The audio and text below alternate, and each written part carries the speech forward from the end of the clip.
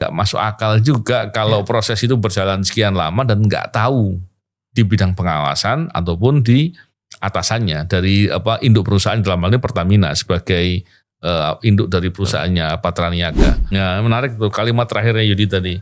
Apa iya direksi dari Patra Niaga anak perusahaan Pertamina kan ya, berani berbuat korupsi sampai 5 tahun dan nggak terdeteksi. Dan semoga uangnya bukan dipakai untuk politik ya. Aduh, nah kita nggak tahu ya Bang.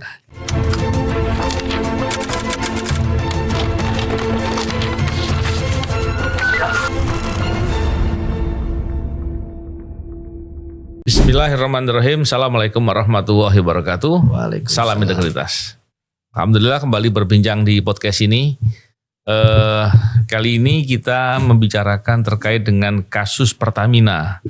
Wow, ini memang luar biasa ya. Beberapa hari terakhir dibicarakan terkait dengan kasus Pertamina yang katanya itu potensi kerugiannya sampai kuadriliun. Ini kita tanya sama kawan kita yang biasa mengkomentari hal ini.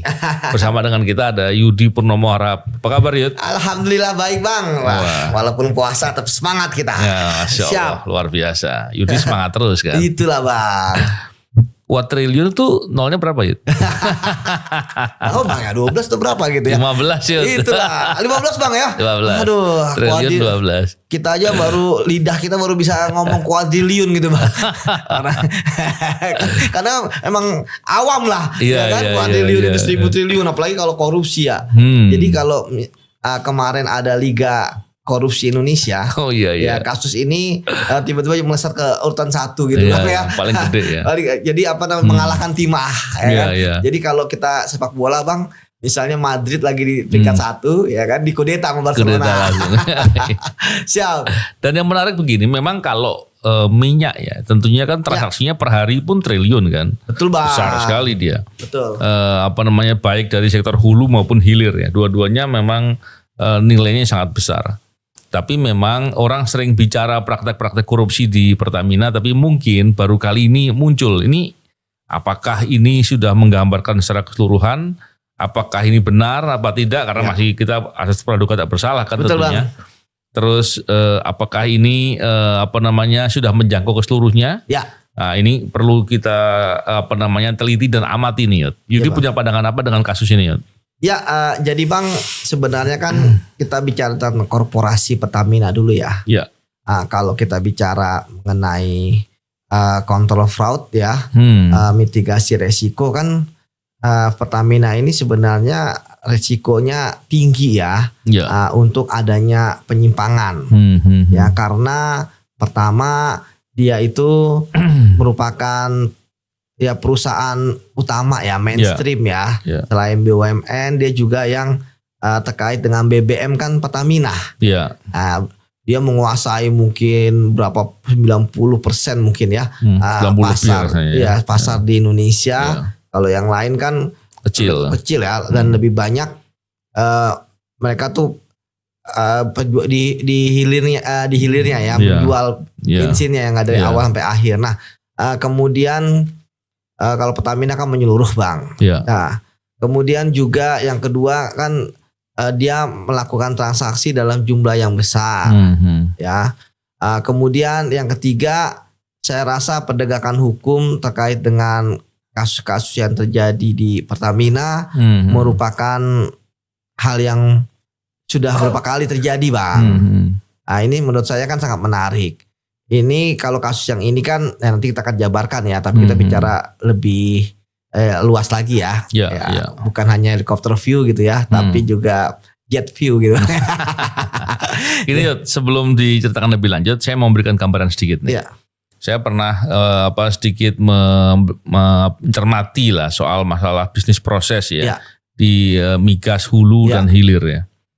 Kalau kita lihat dari sisi hulu ya dulu barangkali, kita bisa melihat ada dua pilihan tuh, eksploitasi minyak atau migas di dalam negeri di Indonesia atau yang dilakukan oleh Pertamina, dan pilihan kedua adalah tentunya kalau eksploitasi sendiri, ngambil sendiri, biasanya kita harus perlu kilang tuh, dan kilang hari ini menjadi persoalan. Apa kilang banyak rencana membuat kilang besar dan gagal. Katanya gagal itu juga ada oknum-oknum atau mafia-mafia yang bekerja sehingga kilang itu nggak jadi-jadi. Itu satu persoalan dan sampai sekarang persoalan itu juga masih belum selesai kan. Iya Bang. Yang kedua, kalau kita lihat kalau di luar dari eksploitasi minyak sendiri, kita juga ada eksploitasi minyak yang dilakukan oleh perusahaan lain. Nah, perusahaan lain ini tentunya ada cost recovery. Ya. Cost recovery seringkali menjadi pembahasan itu. Ya. Dan potensi korupsinya banyak diceritakan banyak orang, Betul. diceritakan oleh banyak orang, tapi kasus realnya belum pernah ada yang terungkap besar gitu. Artinya ini menjadi potensi untuk diungkap juga gitu. Terus yang ketiga adalah impor minyak. Tentunya kita impor minyak untuk memenuhi kebutuhan dalam negeri. Ini seringkali yang menjadi persoalan adalah kebutuhan dalam negeri kan sebetulnya tergambar tuh. Ya. Kenapa kok banyak atau masih di atas 50% katanya. Ya. Impornya itu enggak yang kontrak jangka panjang gitu, tapi spot ya, lebih dalam waktu yang pendek. Ini menjadi beberapa hal yang menjadi persoalan. Dan soal impor dan ekspor karena katanya minyak yang dieksploitasi dalam negeri itu minyaknya kualitas tinggi gitu. Ya. Terus diekspor dan kita menggunakan minyak dari luar karena sesuai dengan kebutuhan di masyarakat yang kemudian bisa dijangkau dengan harga yang lebih murah gitu ya.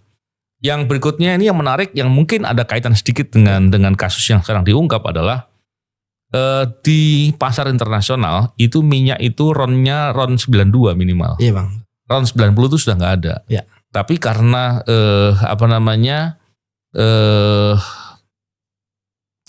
mungkin untuk agar bisa harganya terjangkau oleh masyarakat begitu ya, dibuatlah RON 90. Ya. Tapi menjadi persoalan adalah ketika belinya RON 92 ya. dibikin menjadi RON 90, berarti kan justru malah menambah biaya gitu. Ya, bukan lebih berat, lebih mahal gitu. Kan. Jadi hal-hal begitu itu mesti harus diperiksa dengan tuntas. Betul. Karena permasalahan perminyakan ini begitu besar dan tadi yang Yudi sudah awalin dengan menyampaikan potensi fraudnya atau potensi korupsinya juga besar gitu. Resiko korupsinya juga besar. Jadi permasalahannya itu begitu banyak. Kita bisa ekspor atau impor dalam bentuk minyak mentah ataupun dalam bentuk bahan bakar minyak yang udah jadi ya. Bentuk-bentuk yang sudah ada. Jadi memang ini area yang luas sekali. Betul, belum lagi kita bicara soal hilir yang begitu banyak. Ya. Dan sekali lagi ini potensi korupsinya juga besar. Tapi ketika ada statement dari Kejagung yang mengungkap begitu besar yang nilainya kuat triliun benar ya kalau yang betul seperti itu, ini masalah yang sangat besar dan tentunya kita tanya, terus pengawasannya bagaimana, anti fraudnya bagaimana? Yudi mau cerita yang mana dulu nih? Iya, sebenarnya banyak Bang ya. Tadi dengan 3 hal tersebut Bang pernah terjadi korupsi dan melibatkan direktur utama, dan ada beberapa direktur utama lah ya. 2 kali paling enggak ya? Iya, Pertamina yang ditangani oleh penegak hukum.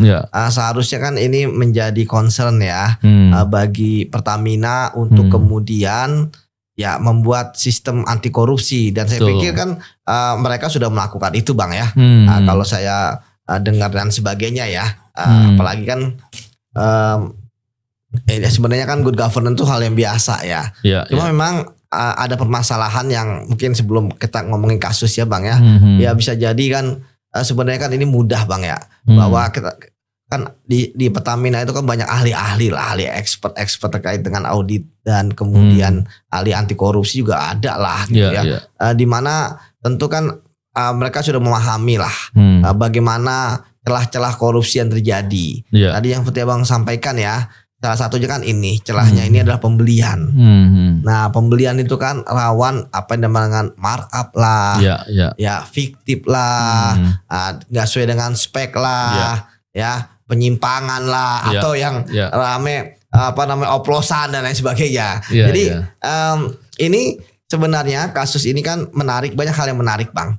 Kita lihat sebenarnya kan banyak kasus terkait kerugian keuangan negara yang fantastis sebelum ini ya. Ada timah dan lain sebagainya. Namun masyarakat tidak banyak menarik perhatian dibandingkan dengan kasus Pertamina ini karena kan tiba-tiba muncul isu kan bahwa yang dijual itu sebenarnya adalah Petralite, Pertamax yang dijual itu adalah Petralite tapi nggak antri gitu kan. Ada PBB seperti itu gitu kan, walaupun Pertamina bantah dan sebagainya. Namun ya saya pikir apa yang terjadi itu kan sebenarnya kan melukai rasa keadilan masyarakat. Betul. Nah, jadi kenapa ini ramai tadi gitu ya. Dan kemudian ketika Pertamina membantah pun ya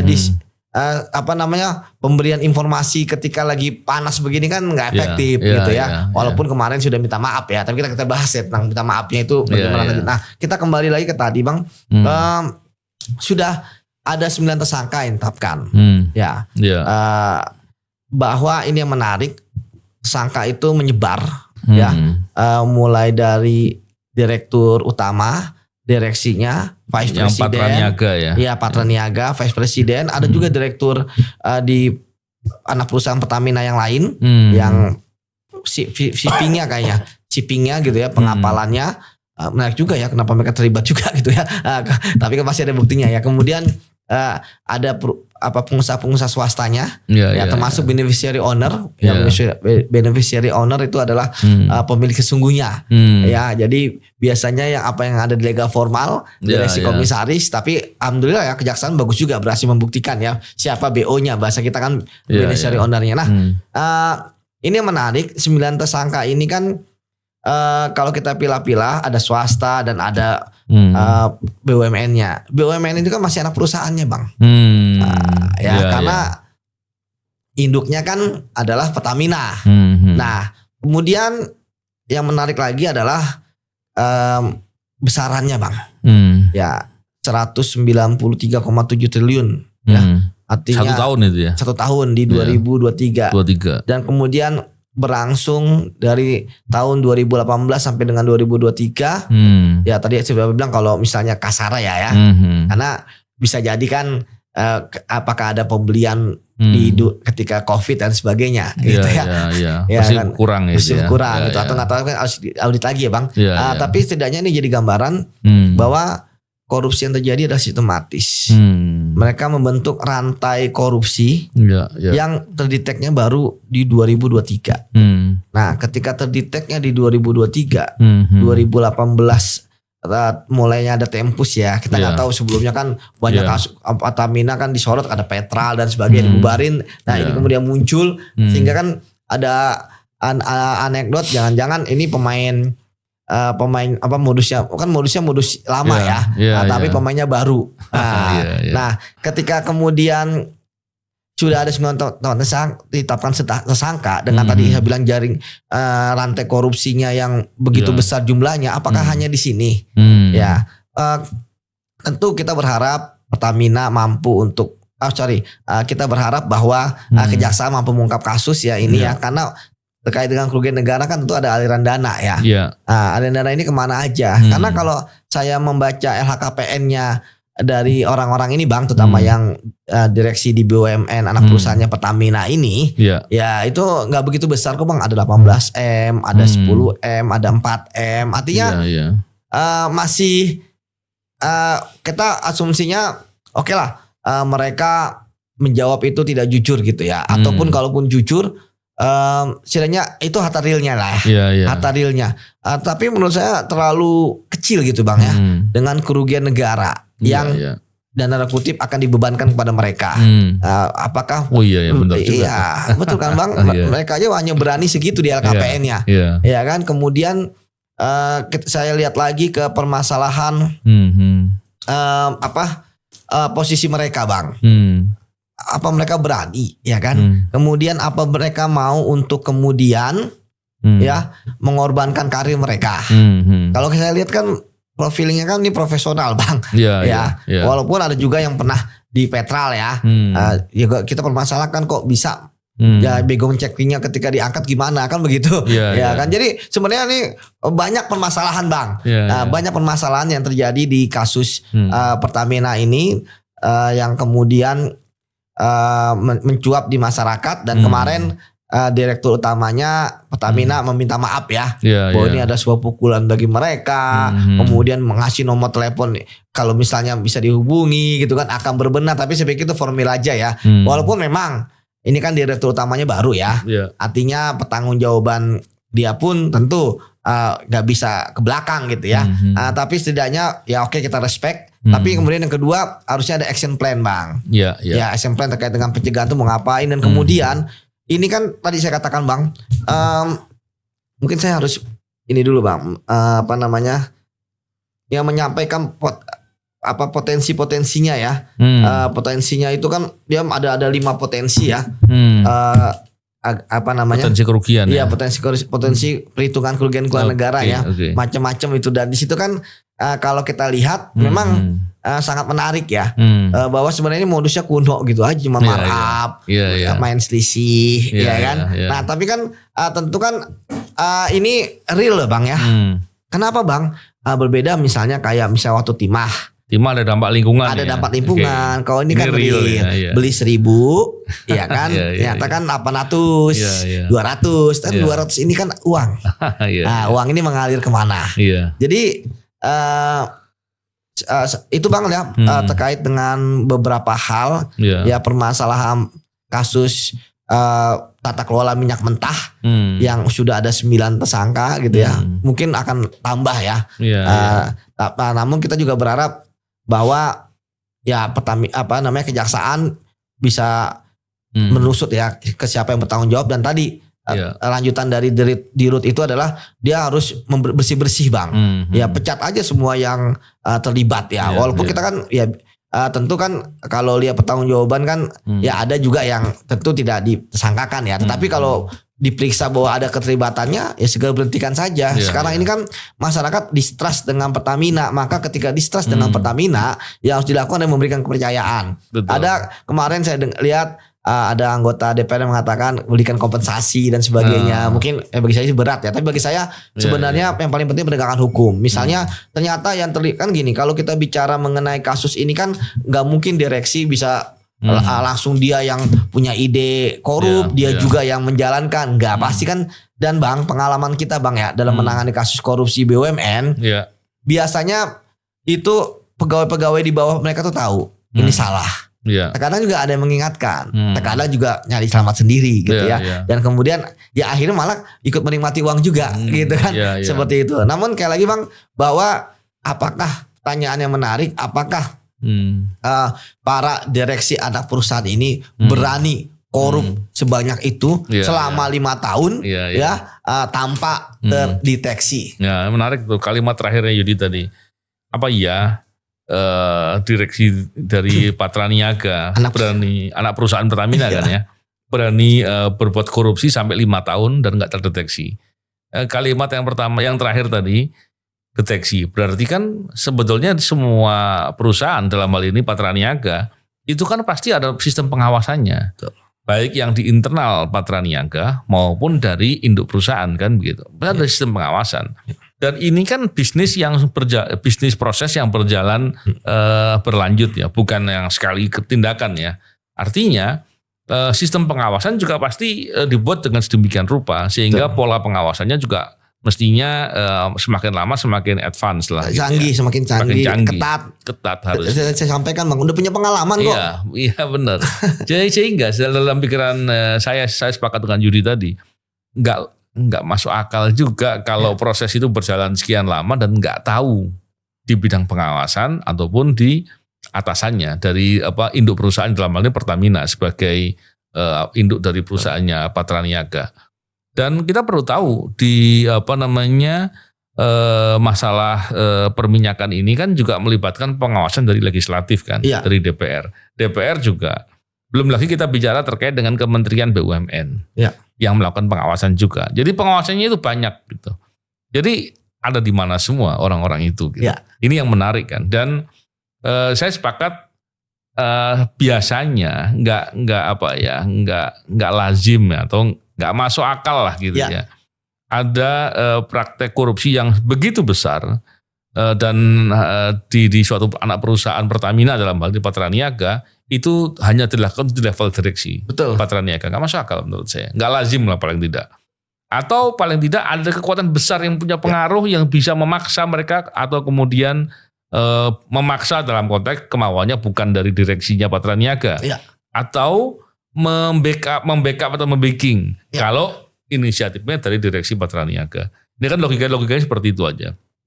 Tapi terlepas dari apapun ya, kalau saya memandang kita perlu memastikan atau mendorong agar penegakan hukumnya dilakukan dengan objektif, tuntas dan jujur ya. Yang paling penting jujur juga. Karena memang begini, ada juga yang mempersoalkan begini. Bukankah memang proses pengolahan minyak di Pertamina atau di perusahaan minyak itu dengan cara memblending memang? Iya. Jadi ada formula yang yang dioplos. Oplos itu bukan dalam konteks mengubah itu enggak. Cuman apakah spesifikasinya sudah sesuai gitu kan? Dan yang perlu akan didalami tentunya dari Kejagung sudah melakukan mestinya. Iya, udah. Itu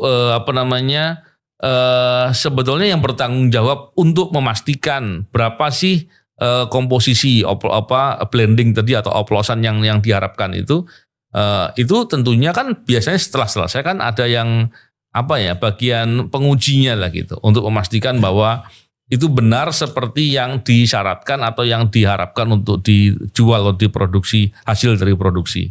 Logikanya seperti itu. Jadi ini masih menjadi hal yang kita tunggu tentunya. Tapi yang menarik yang saya sampaikan tadi Yud, bahwa kita sering mendengar persoalan-persoalan yang lain. Ya. Contohnya cost recovery. Ya. Itu banyak permasalahan. Ya. Semoga dengan jalan penanganan perkara ini itu ditangani juga, dicari tahu lah paling tidak. Iya Bang. Apakah betul ada praktek korupsi di sektor itu? Ya. Pembelian minyak mentah yang selama ini spot aja, bukan dalam kontrak yang long term. Apabila itu ada mafia atau maklar-maklar yang bermain juga mesti harus didalami.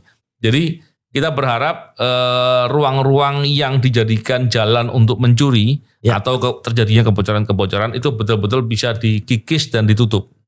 Gitu kurang lebih. Iya Bang. Jadi begini Bang ya. Kalau kita lihat dari siapa saja yang menjadi tersangkanya ya.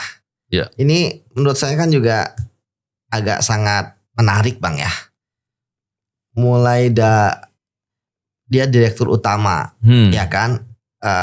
Kemudian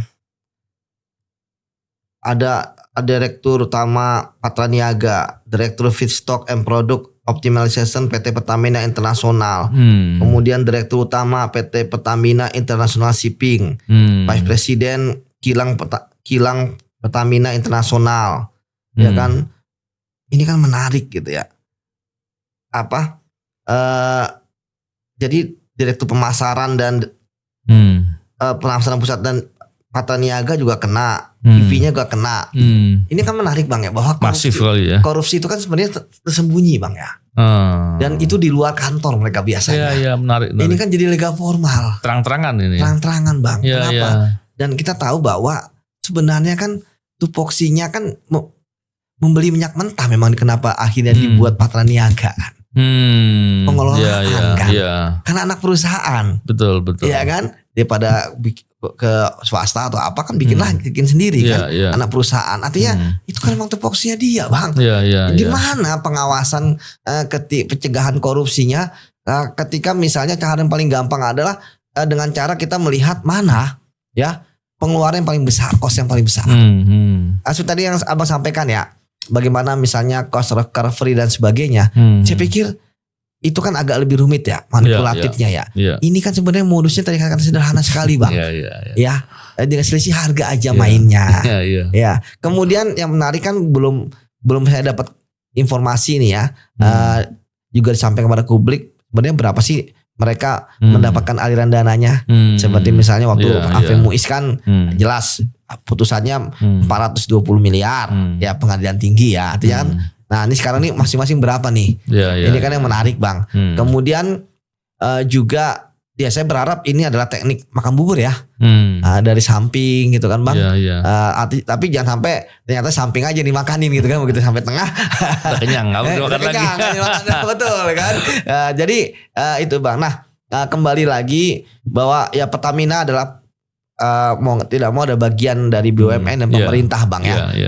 Artinya memang ya saya ketika misalnya mau terjadi apapun di Pertamina tetap ada. Ya berapa direktur utamanya kena tetap ada. Tapi kan saya ya berharap lah teman-teman di Pertamina masa mau begini terus kan Bang, negara kita gitu ya. Ini kan jangan sampai nanti ini ditindak, besok muncul lagi dengan pemain yang baru, ya berganti rupa, ya kan kasihan, gitu. Jadi pada prinsipnya Bang, bahwa kasus Pertamina ini ya harusnya jadi pelajaran, jadi efek jera, termasuk kalau kita lihat masalah hukuman, ya kadang-kadang kan, wah ini kita ini bisa juga kena hukuman mati misalnya, karena kan mereka ada salah satu tempusnya itu di masa COVID ya kan. COVID kan dinyatakan sebagai bencana bencana non alam ya, bencana nasional non alam gitu kan. Wah bisa dikenakan gitu ya. Tapi itu supaya masyarakat paham ya. Tapi menurut saya kepedulian masyarakat sangat penting di sini untuk mengawasinya Bang. Ya sekali lagi memang kalau kita bicara mengenai kasus Pertamina ini, ya kita harap ini bukan fenomena gunung es emang. Artinya yang tampak lebih sedikit dibanding tidak tampak. Tapi saya kira begitu ya. Ya aduh. Jangan-jangan nanti ada yang mengkudeta lagi Bang. Korupsi minyak mentah ini kan. Tiba-tiba ada yang berapa. Ini kita 1 kilodrillion, ada 2 kilodrillion gitu kan. Seperti itu Bang. Dan gini Yot, ini brainstorming ya. Tapi kalau yang Yudi sampaikan tadi bahwa kita percayalah dengan kawan-kawan di Pertamina masih banyak yang baik lah ya pastinya. Apalagi tentunya di Pertamina kan salary-nya juga pasti bagus ya. Nah itu betul Bang. Pasti profesionalismenya juga harusnya pasti bagus. Betul Bang. Jadi kalau melihat dugaan-dugaan yang seperti ini dalam logika saya ini, betul Bang. Ini alangkah baiknya dari pemerintah itu kemudian mencoba mencari tahu dengan memanggil orang-orang di internal KPK untuk mau bercerita apa yang sebenarnya terjadi. Sekaligus karena begini, kenapa saya menyampaikan harus pemerintah? Saya khawatir di beberapa pengalaman yang sudah-sudah ya, kasus-kasus besar itu selalu mandek karena ada orang besar yang nggak tersentuh. Kalau kemudian dari internal KPK, internal Pertamina itu kemudian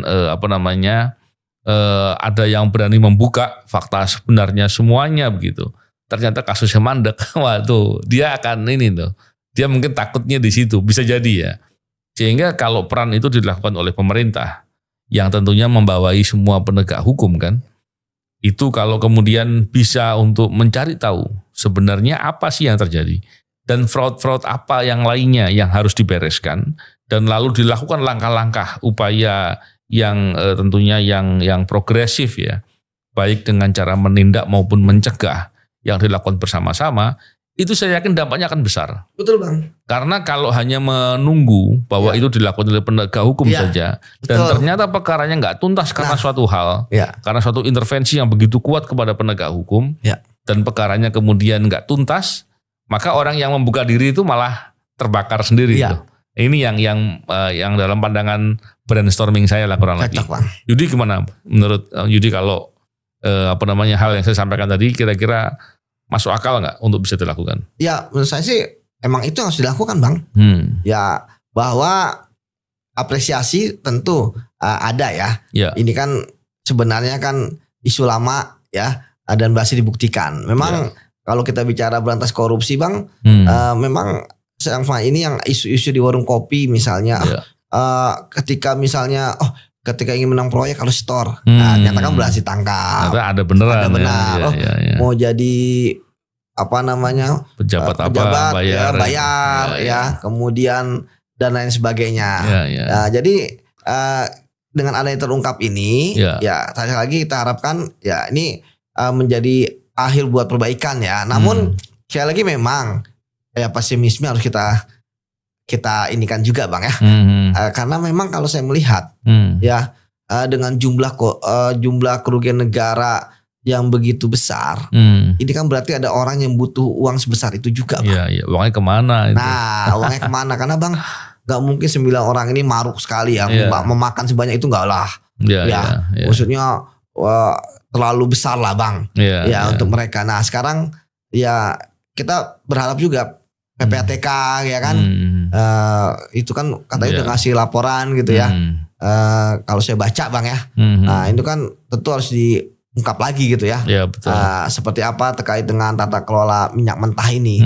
Karena sekali lagi kan jelas Bang ya, uangnya ngalir pasti kan bayarnya kan bank ke bank, nggak pakai uang. Kalau misalnya pakai uang cash berapa truk itu kan, gitu kan Bang. Jadi emang masuk akal Bang bahwa dan semoga uangnya bukan dipakai untuk politik ya. Aduh, nah kita nggak tahu ya Bang. Sekali lagi bagi saya bahwa kasus ini tuntas. Kemudian Pertamina benar Bang. Waktu itu kemarin saya nge-tweet ya tentang kasus ini, bagaimana gaji besar ternyata tidak jadi jaminan orang untuk tidak korup. Bahwa ternyata kan korupsi itu kan terjadi karena rakus. Kemudian karena tekanan sistem juga. Nah sekarang apakah orang-orang ini berani untuk bersuara?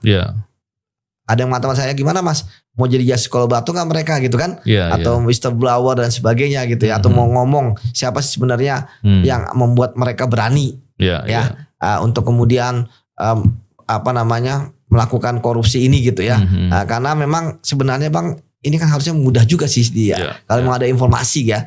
Dan kemudian kenapa baru sekarang? Ya bisa jadi ada hujan yang nggak merata gitu kan. Nah, kita nggak tahu siapa yang menyampaikan kepada penegak hukum pengaduan dan sebagainya. Karena memang sekali lagi kan penegak hukum itu kan kita buta dengan apa yang terjadi di luar sana kan Bang. Makanya kan ada pengaduan masyarakat, baru kita tindak lanjuti gitu ya. Nah, jadi apakah kemudian orang-orang ini mau membuka tidak pasang badan, yang membuka dan tidak pasang badan, saya pikir saya masih ragu Bang, karena dari pengalaman berkali-kali juga biasanya pada pasang badan gitu.